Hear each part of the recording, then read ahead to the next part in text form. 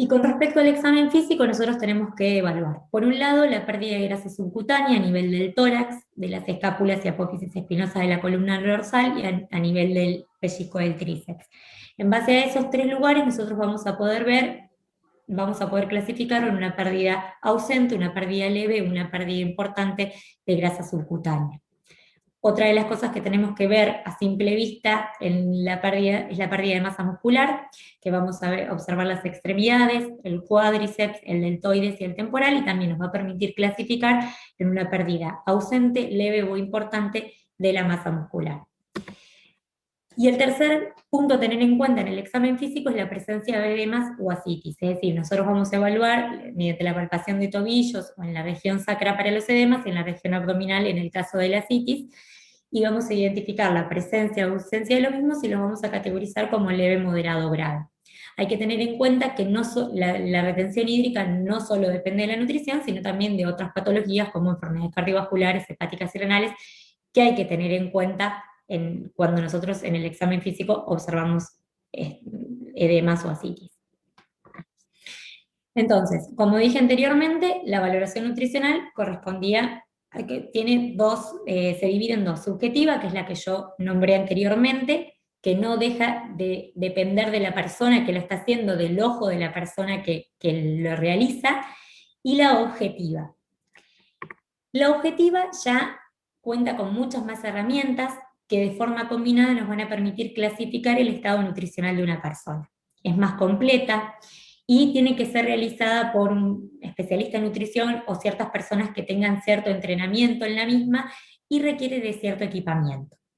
Las herramientas con las que cuenta la evaluación nutricional objetiva es la historia nutricional y alimentaria, la evaluación antropométrica, las pruebas funcionales, el examen físico, las pruebas bioquímicas y las pruebas complementarias. Ya las voy a ir explicando una a una. En cuanto a la historia nutricional y alimentaria, tenemos por un lado que hacer una revisión de la historia clínica del paciente, es decir, si las enfermedades agudas que presenta, las enfermedades crónicas, la deficiencia de nutrientes, los fármacos que consume actualmente, si tiene patologías si tiene cirugías previas, si tiene factores psicosociales que puedan estar afectando al paciente en este momento. En el caso de nuestro ejemplo, el paciente no requería patologías previas, no consumía ningún tipo de medicación, no tenía cirugías previas, y lo único que podemos rescatar de la historia clínica es la imagen abdominal con esteatosis hepática que se observa en una ecografía abdominal. Después tenemos que hacer una entrevista con el paciente, donde nosotros vamos a buscar información de la historia alimentaria y nutricional que tiene este paciente, y vamos a hacer una evaluación dietética del mismo, es decir, vamos a hacer una anamnesis alimentaria y un cálculo de la ingesta. En este caso del paciente nosotros vamos a rescatar que tiene vómitos de hace 2 meses de evolución, presenta dolor abdominal, el apetito está disminuido, desde hace 3 meses aproximadamente, y consume el 50% de su ingesta habitual. Esta cuantificación de la ingesta nosotros la hacemos a través de un cuestionario de frecuencia de consumo o un recordatorio de 24 horas, algo más retrospectivo que también tiene sus limitaciones porque apelamos a la memoria del paciente.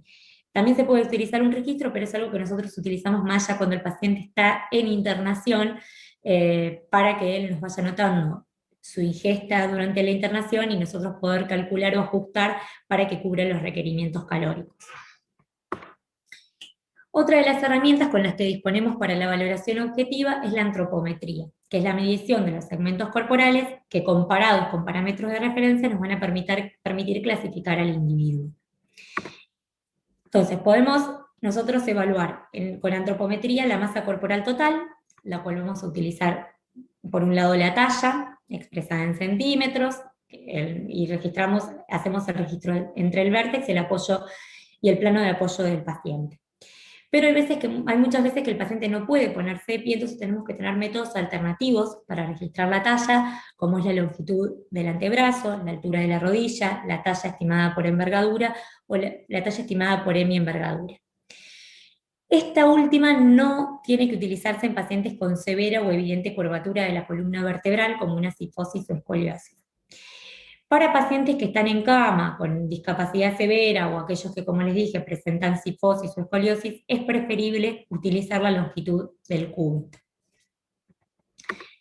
Otro parámetro que nosotros utilizamos para lo que es la masa corporal total es el peso, que es un indicador global del estado nutricional. Es decir, nos va a dar información global de toda la composición corporal, pero no va a discriminar cada compartimiento corporal. Tres pesos que nosotros utilizamos mucho es el actual, que es el que presenta el paciente en ese momento, se puede ver afectado por el nivel de líquidos, yo ahora en ese caso voy a explicar qué es lo que se hace. El peso habitual, que es el recordado por el paciente en condiciones de salud durante la mayor parte de su vida. Este peso habitual es muy importante porque nos va a servir para diagnosticar, es decir, ¿por qué nos sirve para diagnosticar? Porque nos va a permitir evaluar las variaciones de peso en un determinado periodo. Y el peso ideal, que es una medida teórica que sirve de marco de referencia para formulaciones terapéuticas cuando nosotros no contamos con peso actual o hay ciertos grados de edemas. En el caso del paciente que yo presenté, presentaba un peso actual de 80,2, un peso habitual de 100 y un peso ideal que yo se lo calculé. Hay varias formas de calcular el peso ideal, por ahí el método más rápido es es talla por talla, tanto para hombres como para mujeres, pero talla por 23 para hombres y talla por 21 para mujeres.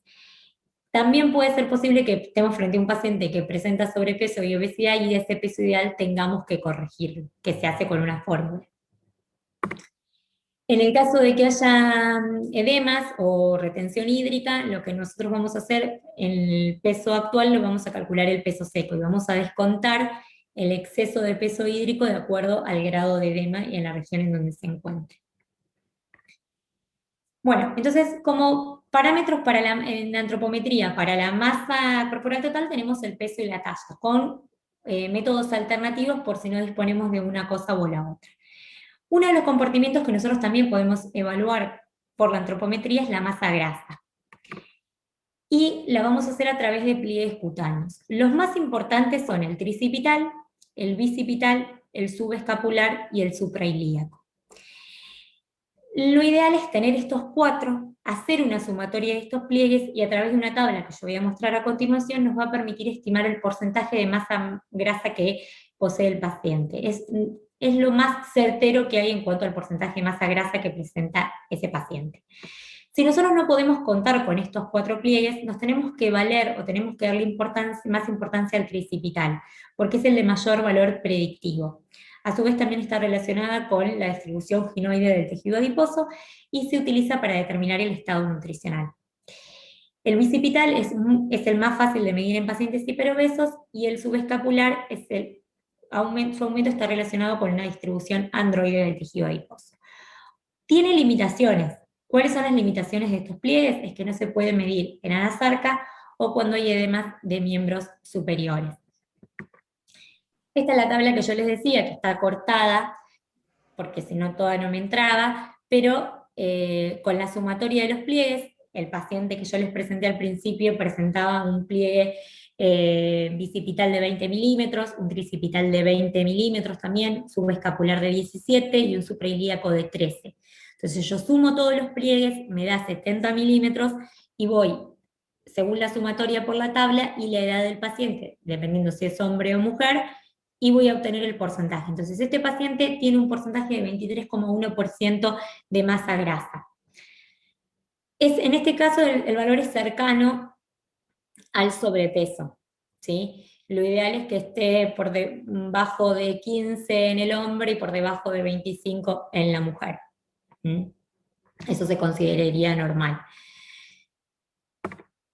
Otro de los parámetros que tenemos para evaluar la masa grasa es la circunferencia de la cintura, que es fundamental su medición en toda persona adulta. Nosotros en este paciente no teníamos medición de la circunferencia de la cintura.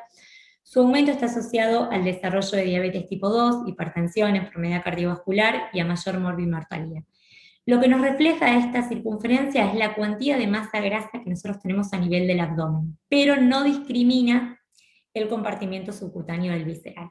Y ahí tienen la tabla con los valores de referencia. Entonces, masa grasa, me voy a valer de pliegues y me voy a valer de la circunferencia de la cintura. Y otro de los compartimientos que yo puedo evaluar a través de la antropometría es la masa magra, que tengo por un lado la circunferencia muscular del brazo, que es un indicador indirecto de la masa proteica esquelética, también tiene la limitación de que no lo puede utilizar en anasarca o en edemas de miembros superiores. La circunferencia muscular del brazo toma dos medidas. Por un lado el perímetro bicipital y por otro lado el pliegue tricipital, y los combina a través de esta fórmula. El perímetro bicipital lo voy a hacer con una cinta métrica, el pliegue tricipital con el plicómetro, y lo que voy a hacer es aplicar esta fórmula, por ejemplo, con el paciente que yo mostré al principio, que tenía un pliegue tricipital de 20 milímetros y también tiene un perímetro bicipital de 30 centímetros, lo aplico la fórmula y me da una circunferencia media del brazo de 23,72 centímetros. Después ese valor se vuelca a tablas de percentilos, que son tablas de referencia estipuladas para hombres y para mujeres, y me da que tiene un percentilo por debajo de 5, por lo cual habla de que este paciente presentaba una depresión de masa magra. Si menor a 5 es una depresión de masa magra, entre 5 y 10 hay riesgo, y mayor de 10 en el percentilo ya es normal, hablando siempre de masa magra. Otro de los valores, otra de las cosas que nos permiten poder evaluar la masa magra es la circunferencia de la pantorrilla. Es un parámetro sensible a la pérdida de masa muscular, aún en pacientes que están en cama o con baja actividad. Bueno, entonces todos estos indicadores antropométricos o sea, todas estas medidas antropométricas que yo voy a ir tomando se pueden combinar para dar lugar a índices e indicadores, ¿sí? Que después, cuando nosotros los comparamos con estándares de referencia, nos van a permitir clasificar y analizar la repercusión nutricional que puede haber en individuos o en poblaciones. Los más utilizados a nivel en la internación son el índice de masa corporal, que es un indicador global simple que compara el peso con la talla de la persona, no detecta variaciones en los componentes del organismo, es decir, no discrimina el valor si está aumentado o disminuido porque hay retención hídrica, porque hay aumento o disminución de masa magra muscular. Es un todo. En este caso el paciente tenía un 29,45 que me indica sobrepeso. Otro de los indicadores que puedo utilizar es el porcentaje de peso habitual. Este me va a servir para evaluar el cambio de peso el cambio de peso actual con respecto al peso habitual que tenía el paciente. Se calcula el peso actual por 100 sobre el peso habitual. Esto me da un porcentaje, que en este caso lo voy a catalogar como desnutrición moderada, lo normal es 90-100. Y después está el PCP, que es el porcentaje de cambio de peso, que valora la severidad y la significación de las pérdidas de peso correlacionándolo con el tiempo en el que se produjo esa pérdida.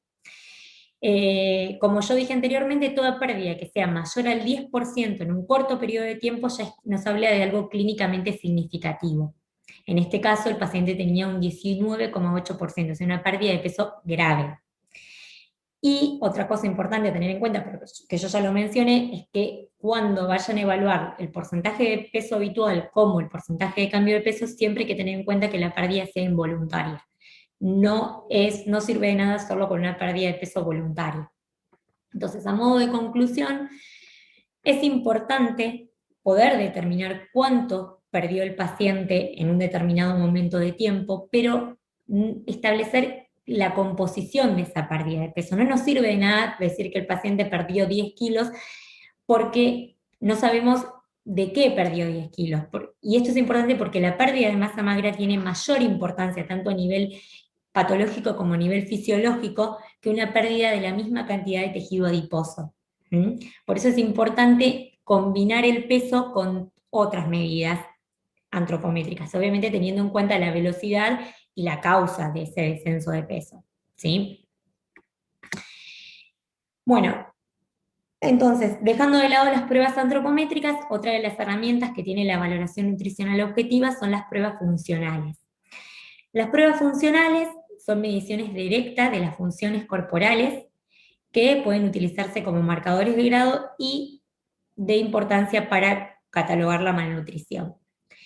Las pruebas funcionales nos van a permitir medir la fuerza muscular, ¿sí? La fuerza muscular es un signo clínico que resulta disminuido muchas veces cuando hay una disminución de masa muscular. Cuando la masa muscular disminuye más de un 20%, se produce una pérdida de peso, una pérdida de fuerza y fatiga a la estimulación repetitiva. Nosotros en la internación lo medimos a través de un dinamómetro.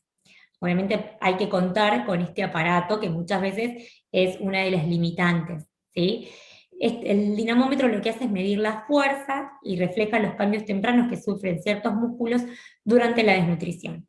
Cuando hay un valor por debajo del 85% del normal, se asocia con un aumento de morbimortalidad. El dinamómetro se agarra como figura ahí en la imagen, se lo hace apretar al paciente 3 veces, se saca un promedio y después se vuelca con tablas de valores de referencia. Siempre también tener en cuenta el contexto del paciente hospitalizado, porque muchas veces también la fuerza muscular puede estar disminuida por cierta medicación sedante, o por analgesia, o por enfermedades neuromusculares, por lo que carece de sensibilidad y especificidad como parámetro nutricional, y también requiere de la colaboración del paciente, que también es una limitante. Otra de las herramientas que disponemos en la valoración nutricional objetiva es el examen físico. El examen físico nosotros lo basamos en la exploración y en la observación de cambios clínicos que están relacionados con la ingesta dietética inadecuada, escasa o excesiva, que se mantiene en el tiempo y que se va a manifestar en los tejidos epiteliales superficiales como el pelo, la piel, las uñas, en la boca, en las mucosas, en la lengua, en los dientes, o en órganos y sistemas que son fácilmente accesibles a la exploración física. Es importante destacar que no es frecuente que el déficit de un único nutriente origine signos específicos. Por eso, el examen físico nos va a orientar hacia el posible cuadro de origen encontrado, pero siempre debe ser acompañado de otros estudios o de las otras herramientas que nos proporciona la valoración nutricional, como son los valores antropométricos, los valores bioquímicos, los dietéticos, las pruebas funcionales. Y eso nos va a permitir arribar a un diagnóstico de certeza. En cuanto al examen clínico, lo que más hay que tener en cuenta para valorar lo que es el estado nutricional, hay que ver si hay enflaquecimiento del tórax o los segmentos proximales de los miembros, si hay edemas en los segmentos distales. En cuanto a la piel, valorar si está áspera, si está seca, si está fría, si el brillo, la descamación, si hay lesiones pelagrosas, si hay eritema, si hay despigmentación con hiperpigmentación de los bordes, si hay presencia de queratosis folicular, si los cabellos, cómo está el cabello, si está fino, seco, si es quebradizo, si hay regiones de alopecia, si hay falta de brillo, si hay despigmentación. Observar las uñas, si están finas, quebradizas, sin brillo, si crecen poco. La cara, es decir, observar bien porque las fases caquéticas presentan rangos angulosos por el gran adelgazamiento que tiene el paciente, generalmente hay una palidez acentuada, hay un tinte amarillento, a veces hay edemas en regiones infraorbitarias que se relacionan mucho con la hipoproteinemia. A nivel de las mucosas hay que observar la lengua, ¿sí? A nivel de los ojos puede haber alteración de la conjuntiva, de la córnea, como por ejemplo manchas, queratomaláceas, úlceras, todo que responde al complejo de vitamina B o a deficiencia del complejo de vitamina D o deficiencia de vitamina A y C. A nivel de los labios, ver si hay presencia de estomatitis angular, que puede estar asociado a falta de riboflavina, o queilosis del labio inferior, asociado más que nada a deficiencia de vitamina B12. Hay que observar los dientes, si hay presencia de caries, piorreas, si faltan piezas dentales, o todo fenómeno que esté asociado que conduzca a diversos trastornos de la nutrición o que causen trastornos de la nutrición. Hay que observar compromiso del sistema circulatorio, es decir, si el paciente presenta hipotensión, si está disminuida la frecuencia cardíaca. La termolabilidad en el paciente desnutrido es muy común porque hay escasez del panículo adiposo y hay un aumento relativo de la superficie corporal con mayor pérdida de calor y con menor termogénesis por trastornos del metabolismo. Si el paciente está muy enflaquecido, muy adelgazado, hay que ver esa emaciación, se ve esa emaciación principalmente al nivel de las mejillas, de la pared abdominal, de la cintura escapular y pelviana. La pérdida de grasa va a ser fácilmente observable a través de que hay ojos hundidos, las mejillas deprimidas, es decir, se presentan fases de viejo. A nivel de las prominencias óseas, la piel aparece generalmente brillosa, delgada, pueden aparecer ulceraciones que se infectan y son difíciles de cicatrizar, de curar. La masa y el tono muscular están reducidos. Puede haber compromiso del estado psíquico, muchas veces el paciente está irritable, está intranquilo, apático, somnoliento. A veces el pulso puede ser difícil de detectar y puede ser que el paciente presente infecciones frecuentes.